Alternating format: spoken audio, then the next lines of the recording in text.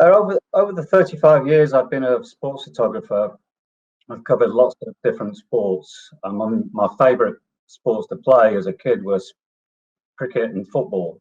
So I was brought up on these two sports, and my love for sports photography started developing at an early age. Started working at 20 for a newspaper in London. So I've covered lots of different sports, lots of different weird and wonderful events. Been very lucky. In the last, since I was at Getty Images, I've been specialising in track and field, but doing all kinds of other sports at the same time. So these following pictures are a small selection of what I've covered over the years.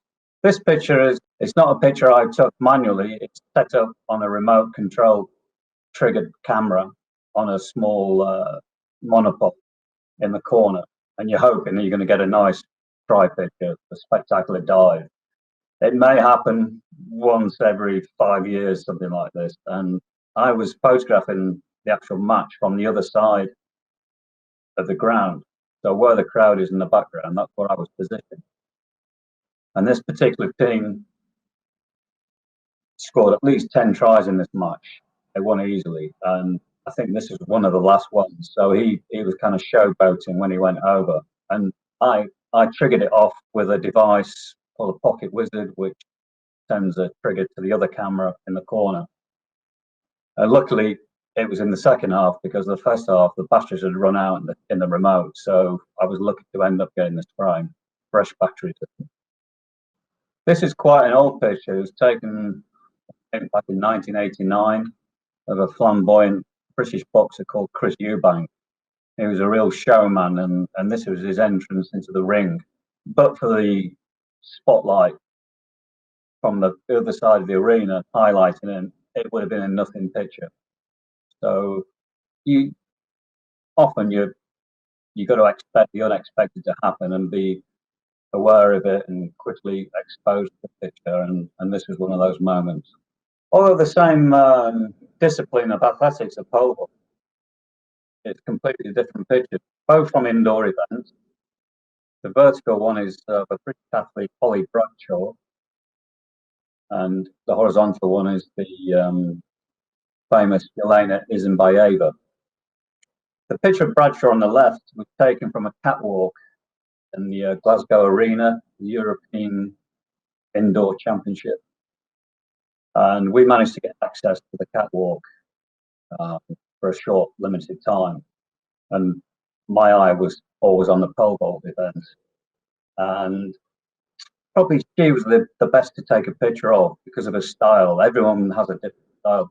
And the way she felt herself just made for a great picture. And the hardest thing was kind of focusing on her face. It was so difficult, leaning over, trying to stay steady and just anticipate the moment, really.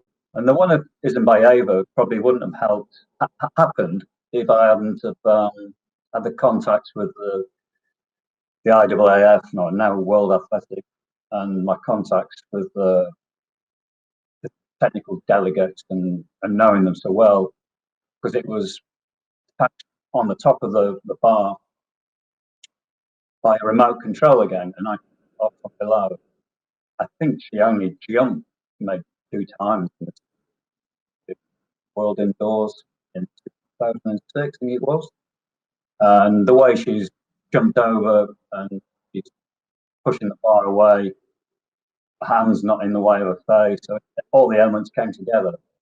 So this was a pre-planned picture, of course, but you still need a lot of elements to come together to make it work. This picture was taken in Kenya in 2012, and it was part of a story that we combined with the IAAF. It was a day in the life trip for the Kenyan long distance runners. So we would get up stupidly early in the morning to get first light, and the runners taking off on their long runs each morning. And this particular group, I can't remember who it was, came through this wonderful eucalyptus tree forest. So it was just a matter of waiting for them to return back on the run. And luckily they came over in the group, because if it had come up individually, single, it wouldn't have worked properly. So all the elements came together on this one. Now this picture is again taken on a remote control camera, which was up in the grandstand, looking down on the wicket. Now I know a lot of people don't understand cricket, and they probably will be completely perplexed by what's going on here. It's a test match between India and Australia in Delhi. I think it's 2008. And when the players came out after the tea interval, so it's for the start of the last session, all the players were about to start, and suddenly they all went on the ground. I didn't know what it was. I was on the right hand side on the touchline of the ground myself, and then suddenly I realised what was happening. It was a swarm of bees coming across the pitch.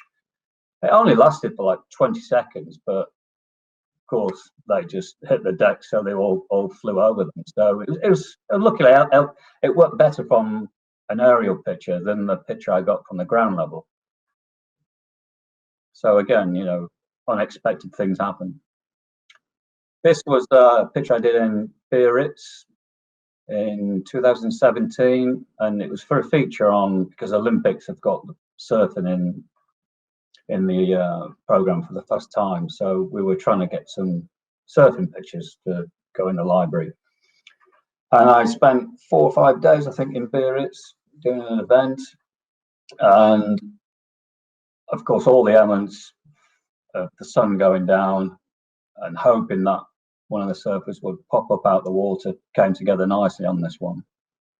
I actually was running down the beach following this guy because he was the only one who was taking off the best, and it was just luck in a way that you're in the right place, and he popped up at the right time just before the sun went down.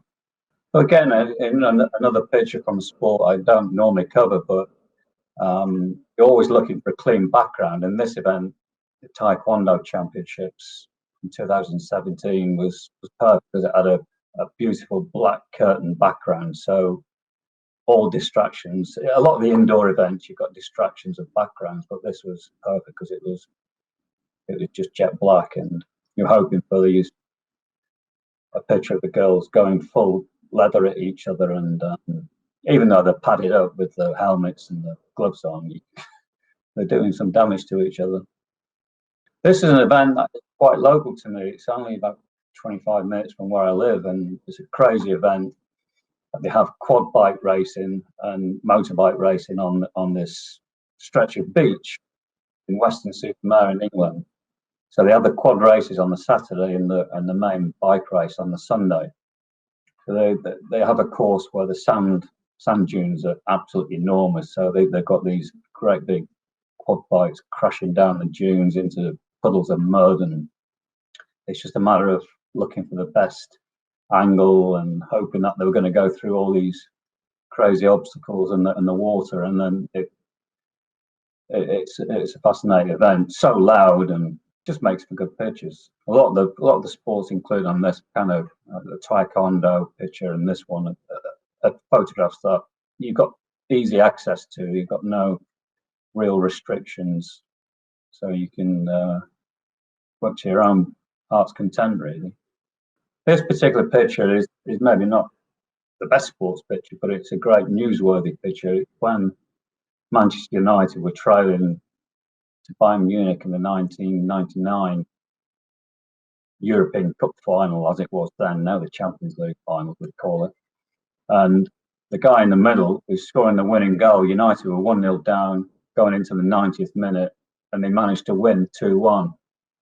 The guy who's scoring it is now the current Man United manager, Ole Gunnar Solskjaer.